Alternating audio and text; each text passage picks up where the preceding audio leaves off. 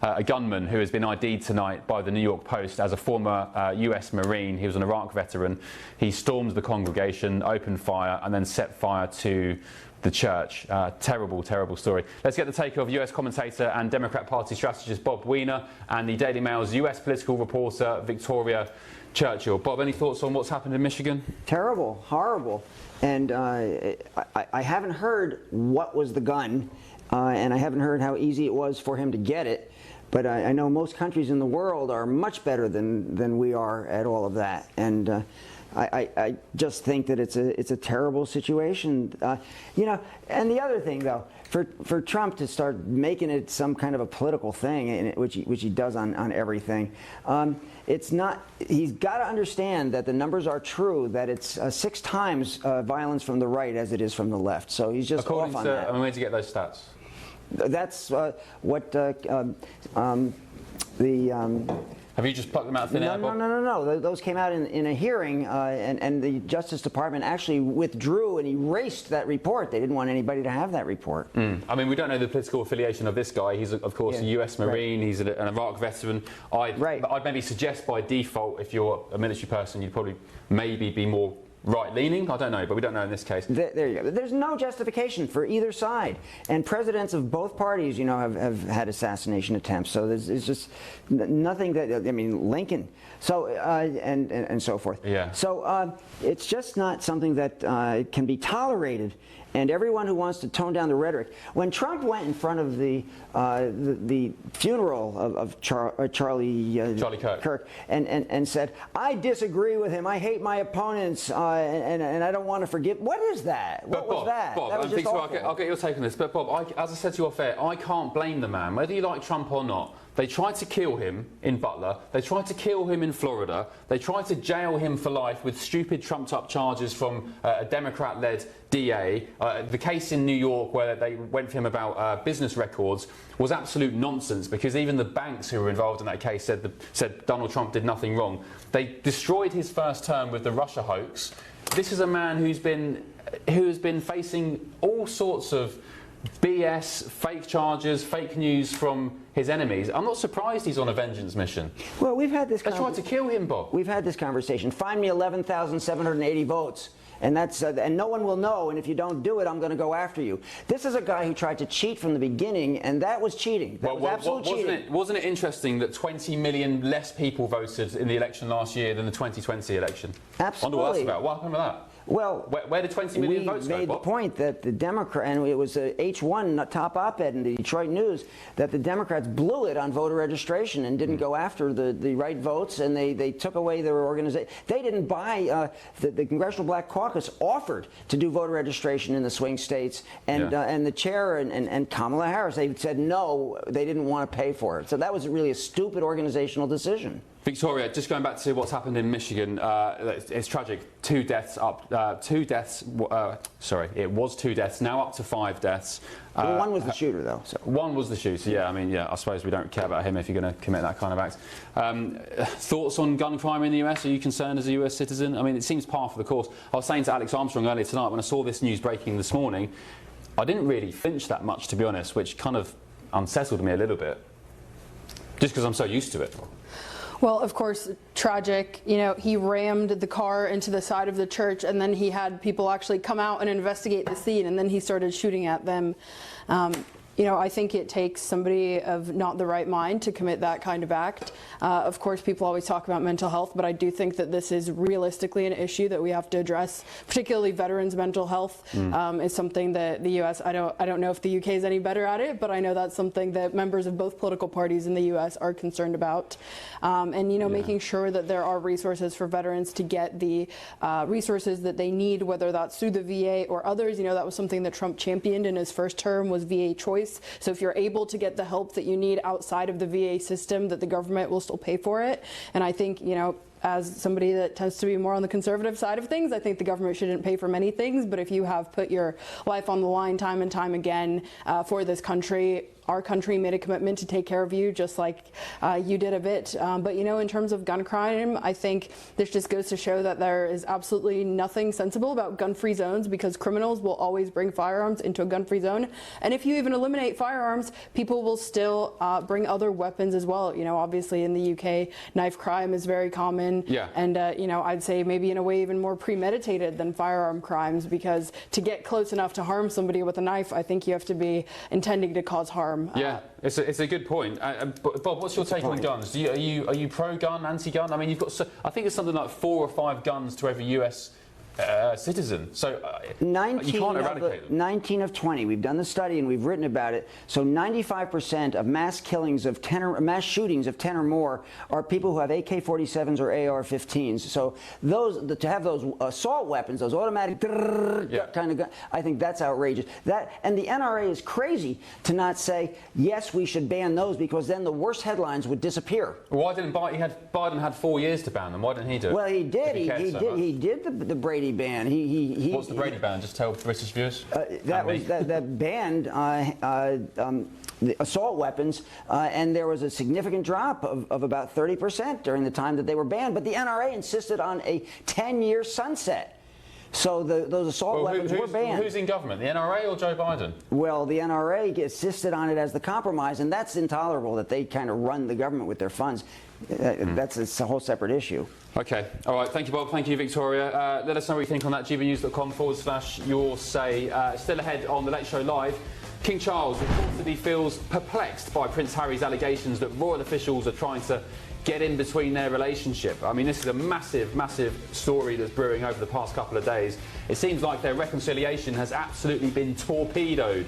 It's been nuked by briefings to the media, whispers and rumour. That's coming up next.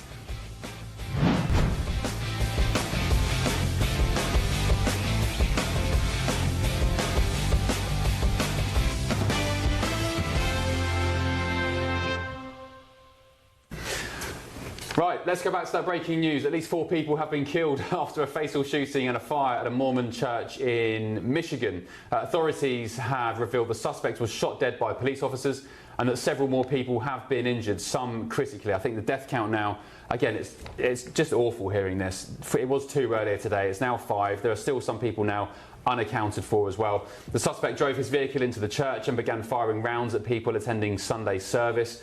President Trump has said tonight that this appears to be yet another targeted attack on Christians in the United States of America, adding that this epidemic of violence in our country must end immediately. Well, joining me now is the host of Politics People podcast, Paul Dudridge. Paul, good evening. Thanks for your company. Is President Trump right that this is a targeted attack on Christians, do you think? It comes, of course, off the assassination of Charlie Kirk, who was a devout Christian. Well, as you've already covered, we don't really know the motive yet. There's some in amongst all the chatter about whether it's left wing or right wing. Apparently, there's also some local turf war between the Mormon Church and devout Christians in that particular area. Again, that's just something I'm gleaning from social media, but nobody's absolutely certain about the motive of this shooter. But there is no doubt at all that there does seem to be an escalation in violence, in death, fatalities and attacks on Christian churches. That does seem to be happening. On this occasion, we don't know exactly what the motive behind that attack was yet. And we're just seeing, these are the scenes now from a bit earlier today in Michigan. The church, I guess it was the shooter who set fire to the church, smoke and massive flames billowing from the church. If you're listening on radio, I'd say that the church is a write-off looking at that. Paul, you're based in LA. You're a Brit in LA, of course. Do you feel safe on the streets of LA generally when it comes to sort of violent crime? I do, actually. Look, I'm very pro-gun. And again, look at this. Shooter was taken down by 2 armed officers. The terrible thing, this guy had, I think there were 3 more devices they found. Subsequent to this fire, the authorities have found 3 more devices. I do feel safe in LA. Look, I've got children in Catholic school in LA. There was an attack recently on Catholic schools because that's very much they are the centre of kind of religious Christian schools, that obviously do sometimes draw this kind of attention. So that's kind of a bit scary occasionally, but I am more comforted by the fact that there are armed officers and that there are actually armed security and people with guns here. Look, the awful truth is, it's like the UK, I just looked it up, has an increasing number of gun crimes. If you get rid of guns, the only people that have them are the state or the criminals. You had 6,233 gun crimes, apparently, in 2020, end of year 2023. So it's not as if they don't have gun crimes, it's just that you don't have any good guys with guns anymore. You only have them in the hands of the criminals. They can't be uninvented, and so I do feel more secure knowing that my children, at least, have armed protection. Yeah, I'm pro-gun as well, actually, Paul, and I'm not sure a lot of Brits would kind of understand that point, because you say you're pro-gun and Brits will just think, well, why do you want guns? Guns are violent, guns kill people. I argue guns don't kill people, people kill people. And as you said here, in America, I'm sure if America could push a button right now and take every gun off the streets, they probably would, because it makes sense. But you just can't do that. So at a time when criminals, bad people, bad hombres have access to all sorts of weapons, the only sane response can be is you need to make sure you're armed yourself. That's it. Would you, Paul, just finally before I let you go, would you be in favour of police in the UK being armed? Because there was a story from last week where there were big calls, I think it was from the Police Federation, I could be corrected on that, who said that police in the UK should be at least armed with pistols. 100%. I actually think that they should be now looking again more like Switzerland. Like in Switzerland, up until like 2010, it was mandatory to own a gun. I'd like to see the citizenry being able to own handguns as well, with some limitations. But absolutely, the police need to be armed in Britain. It's ridiculous. Like I said, it's not that there's no guns in Britain. They're only in the hands of the criminals. That's mad. Yeah, indeed. Paul, thank you for your company. Appreciate it. We'll catch up soon. And yeah, Paul Dudovich live from LA. Thank you, mate. Let's get the thoughts on my panel now. Democratic Party strategist Bob Weiner and the Daily Mail's US political reporter Victoria Churchill. Just any more comments on that, Bob, on the gun situation? Would you be in favour of UK police having pistols?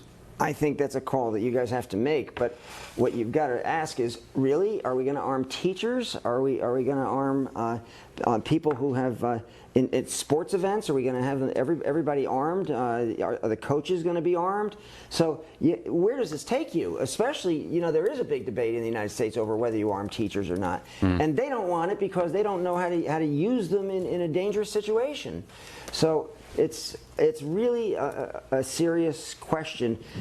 Guns, I don't get it. It's hopes and prayers, and it's never that the gun itself did the killing. Of course the guns do the killing, and if you check, and you're right about the mental health, if you check on the mental health of the person who buys the gun, and they don't have the proper mental health, they should not have a gun. Okay, I think I've run out of ammunition on guns. We've spoken too much about it, unfortunately. Victoria, I want to get your take on what's happening in the UK with digital ID.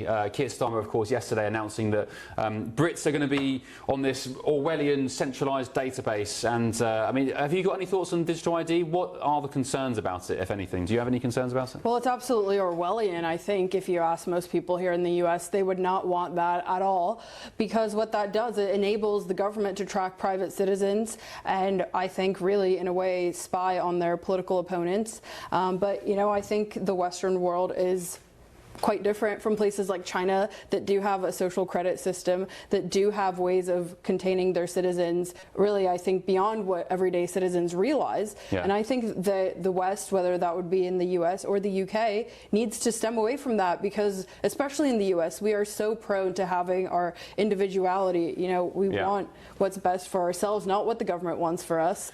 And I think you say we're far away from China, but I argue we're probably, if you go with digital ID, you're probably 5 years off China. Let's just remind ourselves what Keir Starmer said about digital ID yesterday. Let's take a listen. We need to be really clear. You must have ID, mandatory digital ID, in order to work, because we have to stop illegal working. If you look at any of the raids, we've massively increased the number of raids on working premises. It is absolutely clear that people are working illegally in numbers. today could not give one precise, valid reason as to how digital ID would stop illegal migration, Bob. Clueless, devoid of ideas, devoid of inspiration. This is one of the Republicans' biggest proposals, is voter ID, and they're going that direction. They're trying to get it state after state. Well, that's different to digital ID, isn't it? The Republicans just want people who vote in elections to say, yeah, this is me, instead of ballot harvesting. Digital ID would be a centralised, computerised system where everybody has their name, their details on a government system. Yeah, and you go with that, and then Doge and Elon Musk have been in all the databases going after the information on all the people. So it really does take you into an Orwellian situation, I think. And what happens in China is, viewers, if you're not aware, so in China, under the CCP, they have the social credit system, don't they, Victoria, where you're linked to a massive database, you have a social credit score. So much like a financial credit score, where if you have 999, you can access some great loans. If your credit's in the gutter, you can't get credit, right? So they have a social credit score, where if you, for example, have an argument with a neighbour, you get a parking ticket, you criticise the CCP on social media,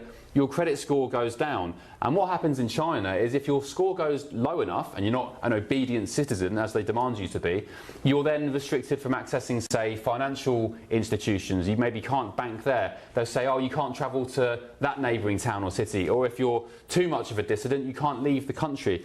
Why does that pose a threat in the future, Victoria? What else could they kind of try and control, do you think, with that kind of system? Well, I think they could control just about everything, you know, whether you get hospital service, what school your kids go to. I think all of these things, again, this is, you know, a couple years down the road if this does get implemented, which is why I hope that England really goes up and steps up and doesn't do this, because again, as you pointed out, even Stalmer himself doesn't even know what he's trying to do, and so I don't think he realizes the gravity of the situation that he could be getting his own citizens into. Yeah, I don't think Stalmer knows what day of the week it is half the time, but anyway. And what could come down the line? I'd argue if you have another so-called pandemic, they'd say, well, if you're not vaccinated and your digital ID doesn't say that you've had 3 jabs of Pfizer's latest cocktail, then you're not allowed in a pub, as they tried to do last time around. Maybe it would be the eco-green scam, where they say, oh, sorry, Ben, you've travelled too much this year, your carbon footprint is too big, you have to stay in the confines of your seaside town. Or maybe they'd say, Bob, you've had too many steaks this year, Bob. Your carbon footprint is doing harm to the nation, to the country, to the world. You are eating chickpeas and gruel for the next 6 months until your social credit score is big enough. That's what they'll do. Call me a conspiracy theorist, but I don't care. What's the difference between a conspiracy and the truth? 6 months, as they say. Right, I want to get your reaction to this next clip where a flag, a Union flag, is seemingly ripped viciously from a young girl's hands by a copper.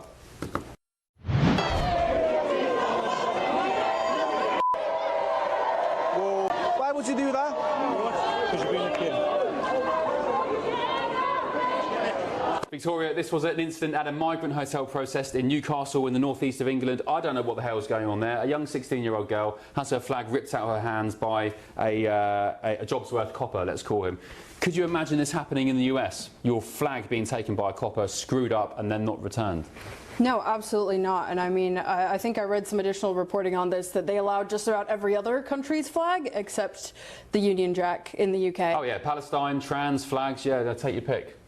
And, you know, I think pride in your country, whether that's in the US or in the UK, should not be a controversial thing. Wanting to stand for the values that you were brought up with and wanting to carry them on into the next generation, especially younger voters, you know, I think that that is a welcoming thing to see, because so many youth, again, whether that's in the US or the UK, are being brainwashed into this multiculturalism, which, you know, they are seeing the negatives of it, because of course there's positive. I've grown up in areas with loads of immigrants. I'm an immigrant myself. I have no problem with that. But again, I think we were talking about earlier with assimilation. You know, I think when you come to a country, you need to be able to absorb the values of this country. You know, I say one of the reasons I'm more patriotic is because I'm an immigrant, and there's actually data to show this, that immigrants, at least in the US, have higher participation of, you know, civic institutions. They vote more because they realize kind of that burden that comes upon citizenry. And so many young people, I think, are so far removed from that, and so I think it's actually good to show pride in your country, like this young woman is doing. Yeah, shame about the police, eh? I still don't think we have an answer from the police as to why they screwed it up and refused to give it back, Bob. But you, are you proud of the American flag?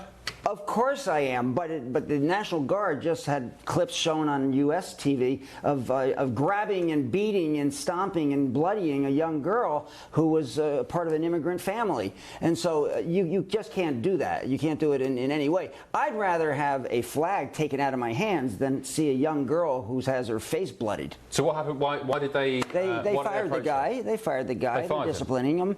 What was the reason for the attack? Because these people mentally are going overboard in trying to enforce Trump's will on immigration. And that's what's going on in city after city after city. And that's why the mayor of Portland and the governor of Oregon and Illinois and California, and why all these states are barring, and it's almost a revolution that's going to happen. But Trump may want that revolution in terms of the National Guard coming in and taking over the cities. And then I'm coming back to what I said earlier in the show, setting it up for the off-year elections so that he intimidates people from voting. Okay, I mean, Victoria, do you want to come back? Yeah, I just have a question. Bob, do you think that D.C. has become safer since the National Guard has been here? Their crime was already down 25 to 30%, and Muriel Bowser wanted to satisfy Trump by giving in a little bit and making it so that they don't have their grants taken away. That's what happened there. Well, I think, Eric Adams, who we were talking about a little bit earlier in the show, he wanted Trump and immigration enforcement to come into New York. Bowser was happy that these National Guardsmen were here, and I think we saw her change her tune a little bit. But I think if you talk to everyday people that are walking around D.C., myself included, my colleagues included, we have to show up here to work. And, firearms, I'm a big proponent of carrying firearms, but we can't do that in D.C. because it's federal property all over. So even if you have a carry permit in Virginia, you can't bring your firearm into D.C. because of the proximity that you have to federal buildings here. You make yourself less safe. And so in my ideal situation, every single person's individual safety would be upon themselves. But if by living and working here, as all of us do, if we have to give up that security, I would rather have somebody watching my back. And in my view, the National Guard's been doing that.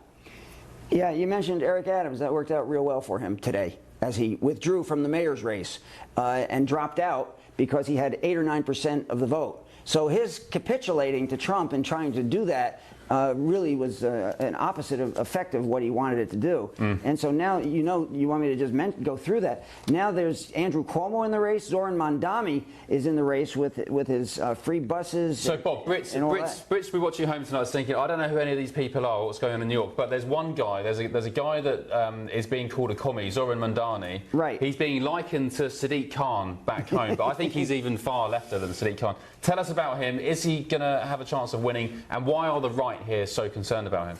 Well, they shouldn't be, because the things that he wants are what people want. Free childcare, free buses, a rent freeze, and he's talking to the Jewish groups and wants to six-fold hate crimes prevention funding. So he's so direct in his proposals. It's a real platform. It's clear. He made the cover of Time magazine with it, and that's what people want, no matter where people are running. So Trump is deathly afraid of him because he's going to be a foil against Trump, but he's also totally clear on the issues that he's supporting that are pro-people. Bob, I get the feeling you would never vote for President Trump. I suppose you can't again. He's finished. He's done his terms. No, I thought Bush, the two of them, and Reagan were patriots. I thought Eisenhower was a patriot. So I'm not an anti-Republican. Okay. But this guy has real problems in terms of trying to destroy the democracy and as others have said today, the republic that we stand for. Thanks to you teaching us how to do government. Sounds like Keir Starmer, eh? Right. Thank you, Bob. Thank you, Victoria.